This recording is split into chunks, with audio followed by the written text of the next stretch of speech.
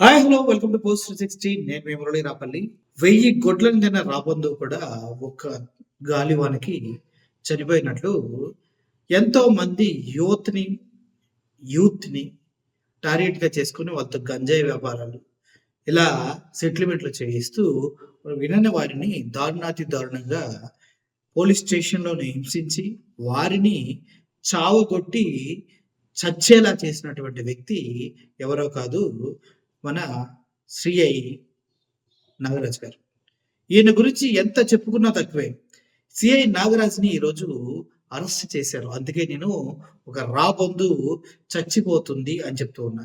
ఈ సిఐ నాగరాజు గురించి మనం ఆలోచించినట్లయితే వందల కోట్ల రూపాయల ఆస్తులని కూడబెట్టినట్టుగా సమాచారం. మహా అయితే సీఐలకి, ఎస్ఐలకి వచ్చే జీతాలు ఎంతుంటాయి? 60,000, 70,000, 1,00,000 ఆ లోపే ఉంటాయి. కానీ వందల కోట్ల రూపాయల ఆస్తులు ఎక్కడి నుంచి వచ్చాయన్న విషయం చెప్పాల్సిన అవసరం ఎంతైనా వాళ్ళ బామ్మర్దిని బినామీగా చేసుకొని 500 కోట్ల రూపాయల దాకా ఆస్తులు సంపాదించినట్టు, ఈ ఆస్తులు సంపాదించే క్రమంలో ఎన్నో అక్రమాలు, ఎన్నో సెటిల్మెంట్లో ఈయన హస్తం ఉంది. ఎంతో మందిని చంపేశాడు. ఎన్నో విధాలుగా చాలా మంది చనిపోవడానికి ప్రత్యక్షంగా, పరోక్షంగా ఇతనే కారణమయ్యాడా అంటూ వార్తలు వస్తూ ఉన్నాయి. ఒక పోలీస్ ఆఫీసర్ ఎలా ఉండకూడదో, ఎలా బతకకూడదో, ఎలా సంపాదించకూడదో దానికి నిలువెత్తు నిదర్శనం ఎవడంటే ఈ సిఐ నాగరాజు. ఎప్పుడైతే సాయి కృష్ణ కేసు వెలుగులోకి వచ్చిందో అప్పటి నుంచి మనోడు పరారీలో ఉన్నాడు. ఎక్కడెక్కడ తిరిగాడో, ఎక్కడెక్కడ దాక్కున్నాడో తెలీదు. చివరికి అటు రాజకీయ నాయకుల అండదండలతోనో తెలియదు, లేదంటే స్వతహాగా ఆయనకు వచ్చినటువంటి బుద్ధి వల్ల తెలియదు. ఆయన ఈరోజు పోలీసులకి, సిట్ అధికారులకి లొంగిపోవడం జరిగింది. ఆయన అరెస్ట్ చేసి తీసుకెళ్తూ ఉన్నారు. అక్కడ ఉన్నటువంటి ఒక కార్యాలయాన్ని సిట్ అధికారులు వాళ్ళ కార్యాలయంగా మార్చుకొని దాంట్లోనే ఈయన్ని విచారిస్తారట. అయితే ఇక్కడ నాకు అర్థం కాని విషయం ఏంటంటే, ఇంత జరుగుతుంది, ఇతనికి ఎదవా, వీడి వల్ల చాలా మంది చనిపోయారని, వీడి ఒక పనికిమాలినోడని అందరికీ తెలిసినప్పటికీ కూడా ఆయనకి సపోర్ట్ చేస్తూ కొంతమంది ఇప్పటికే ధర్నాలు అక్కడికి వెళ్ళి ఆయన్ని నిర్దోషి, నిరపరాధి అంటారు. ఎవడైనా చెప్పండిరా, ఇంత నిర్దోషి, ఇంత నిరపరాధికి వందల కోట్ల ఆస్తులు ఎక్కడి నుంచి వచ్చాయో ఏ నా కొడుకైనా చెప్పగలరా అంటూ నేను ప్రశ్నిస్తున్నా. ఎందుకంటే తినటానికి తిండి లేదంట, నిజం చెప్పాలంటే వాళ్ళ బావకి వాళ్ళకి.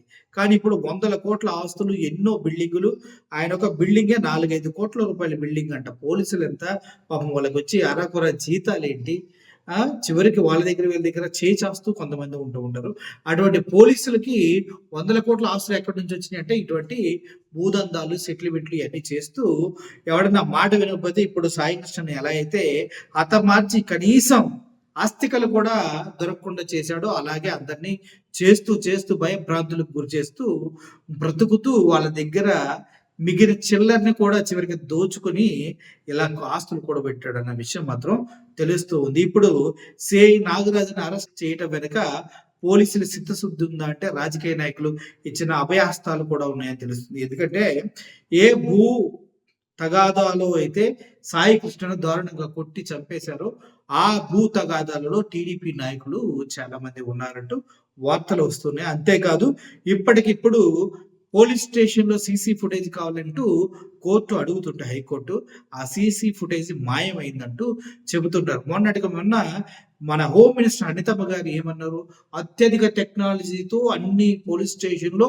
సీసీ కెమెరాలు బిగించి అవి అద్భుతంగా పనిచేస్తున్నాయి అంటూ నొక్కి నుంచి ఏమాత్రం తడబడకుండా ఎన్నో అబద్ధాలు చెప్పినట్టుగా ఇది కూడా చాలా అవలీలుగా చెప్పేశారు మేడం. ఇప్పుడు ఈ పోలీస్ స్టేషన్ లో సీసీ ఫుటేజ్ మిస్ అయిందంట. ఏం సమాధానం చెప్తారో హోమ్ మినిస్టర్ గారిని అడగాలని ఉంది మా అనిత అమ్మగారిని. అమ్మగారు ఉన్నారని మానానికి వాళ్ళకి ఎటువంటి సంబంధం ఉందని అనిత గారి ఈ వర్షంలో అయితే నేను మాట్లాడతలేదు. ఎందుకంటే అంత దిగజారి మాట్లాడతాం నాకైతే రాదు. కేవలం అనితమ్మ గారికే వచ్చు. అనితమ్మ గారు ఏం మాట చెప్తారు? ఇప్పటి వరకు ఎంతమంది అయితే సిఐ నాగరాజు మంచివాడు, ఉత్తముడు, ఆయనకి 100కి 100 మార్కులు వేయొచ్చని గొడవలు చేస్తున్నారో వాళ్ళంతా కూడా కేవలం జనసేన పార్టీకి చెందిన నాయకులు, క్యాడరు, చిన్న ముతక వాళ్ళు. ఎందుకు వీళ్ళు ఇలా చేస్తారంటే పవన్ కళ్యాణ్ గారికి సిఐ నాగరాజు గారు అంటే సాఫ్ట్ కార్నర్ ఉంది. ఆయనకి ఏదో విధంగా తోడుగా ఉండాలని, నిలబడాలని ఆయన్ని వెంటగా పెట్టుకొని ఆయన మన నెక్స్ట్ రాజకీయాల్లో ఎలక్షన్‌లోకి తీసుకొస్తాడేమో తెలీదు గానీ, సీఐ నాజర్ రాజు దగ్గర వందల కోట్ల ఆస్తులున్నాయని తెలిసి పాపం ఆయన రక్షించే ప్రయత్నమో నాకు తెలీదు గానీ, దారుణంగా అతన్ని కాపాడాలంటూ, అమాయకుడంటూ, నిర్దోషి అంటూ చెప్తున్నారు. వందల కోట్ల ఆస్తులు ఎక్కడి నుంచి వచ్చినాయో సమాధానం చెప్పండ్రా అంటే మాత్రం ఒక్కడు కూడా నోరు మెదపట్లేదు. మరేం చేద్దాం? చెప్పండి. ఒకసారి సీఐ నాగరాజుని అరెస్ట్ చేసే రిజల్ట్స్ వచ్చి చూడండి.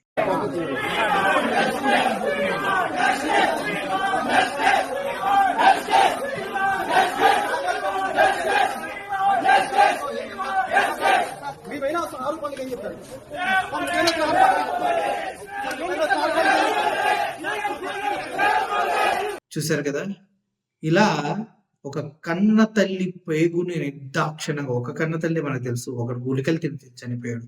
అలా ఎంతో మంది కన్న తల్లి పేగుల క్షోభకు గురైనటువంటి వాళ్ళ శాపాలన్నీ ఈ దరిద్రుడు తగులుతాయో లేవో నాకు తెలియదు కానీ, పోలీసు వ్యవస్థ చిత్తశుద్ధితో పనిచేస్తే మాత్రం జైల్లో చెప్పు కూడా మొదట తింటాడు. ఎన్ని కోట్ల ఆస్తున్నా కూడా అడుక్కు తినే బతుకుతాడు. ఇట్లాంటి సీఐల్ని నిజంగా నెక్స్ట్ రాజకీయాలకు తెచ్చే ప్రయత్నం మన పవన్ కళ్యాణ్ గారికి ఉందని కూడా చెప్తున్నారు. మరి ఎంతవరకు సబబో, ఎంతవరకు కరెక్టో ఆలోచించండి. ఇటువంటి వాళ్ళని మీ చుట్టుపక్కలుంటే ఎలా చంపేస్తారు అని చాలా మంది గుసగుసలు అనుకుంటున్నారు. ఎందుకంటే తల్లిని ఎంత క్షోభ పెట్టాడు, కనీసం నా కొడుకు అస్థికలన్నా ఇవ్వండి అని అడుక్కునే దీని స్థితికి తీసుకెళ్ళాడు. ఎంత బలుపుతో ఉన్నటువంటి సీఐని క్షమించాలా ఆలోచించండి. ఇప్పుడు ఈ కేసు గురించి ఎంతో పోరాడినటువంటి అంబటి రాంబాబు గారు ప్రెస్ మీట్ లో మాట్లాడుతున్నారు. ఒకసారి వినండి. నేరస్తులు అందుకే చంపామంటలా. బుర్రలేని ఈ జనసేన పార్టీ అంతా కూడా పవన్ కళ్యాణ్ గారి నాయకత్వంలో ఇవాళ ఈ కుర్రవాడిని చంపడం కరెక్ట్గా మాట్లాడుతున్నారు. ఎంత దురదృష్టం. నాగరాజు వైపున కూర్చొని మాట్లాడుతున్నారు. సిఐ నాగరాజు తరపున మాట్లాడుతున్నారు. సిఐ నాగరాజు ఇంటికి వెళ్ళి నాగరాజును అరెస్ట్ చేయడానికి వీల్లేదని ఉద్యమం చేసే ప్రతి వాడు పవన్ కళ్యాణ్ పంపించిన వాడే. ఏమిటో ఈ అన్యాయం నాకు అర్థం కాలేదు. సమాజం ఎక్కడికి పోతుంది? ఒక లాకప్లో ఒక వ్యక్తిని దారుణంగా చంపి సాక్ష్యాధారాలు లేకోకుండా చేసినటువంటి పోలీస్ వారిని నువ్వు సపోర్ట్ చేస్తున్నావంటే అసలు బుర్ర ఉందా, బుర్ర లేదా? నాకు అర్థం కాల. అదేమంటే మైక్ ముందు చాలా గొప్ప గొప్ప ఉపన్యాసాలు చెప్పేటటువంటి కార్యక్రమం చేస్తున్నారు. ఇది చాలా దారుణమైనటువంటి అంశం. నేను మరోసారి చెప్తున్నాను, ఇది చాలా కీలక పరిణామం. కృష్ణలంకలో సీసీ ఫుటేజ్ మాయమవటం పట్ల ఆందోళన చెందవలసిన అవసరం ఉన్నది. పోలీస్ డిపార్ట్మెంట్ వారికి సహకరిస్తున్నది. పోలీస్ డిపార్ట్మెంట్ సహకరించడంతో పాటు నేరస్తుల్ని కాపాడే కార్యక్రమంలో ఉండబట్టే ఈ సీసీ ఫుటేజ్ మాయమైపోయింది. మీకు ఒక విషయం చెప్తా ఇక్కడ. అకార్డింగ్ టు సుప్రీంకోర్టు డెసిషన్, ఏదైనా ఒక పోలీస్ స్టేషన్లో కానీ మరొక చోట కానీ సీసీ ఫుటేజ్ 18 మాసాలు స్టోర్ చేయాలి. 18 రోజులు కూడా స్టోర్ చేయాలి.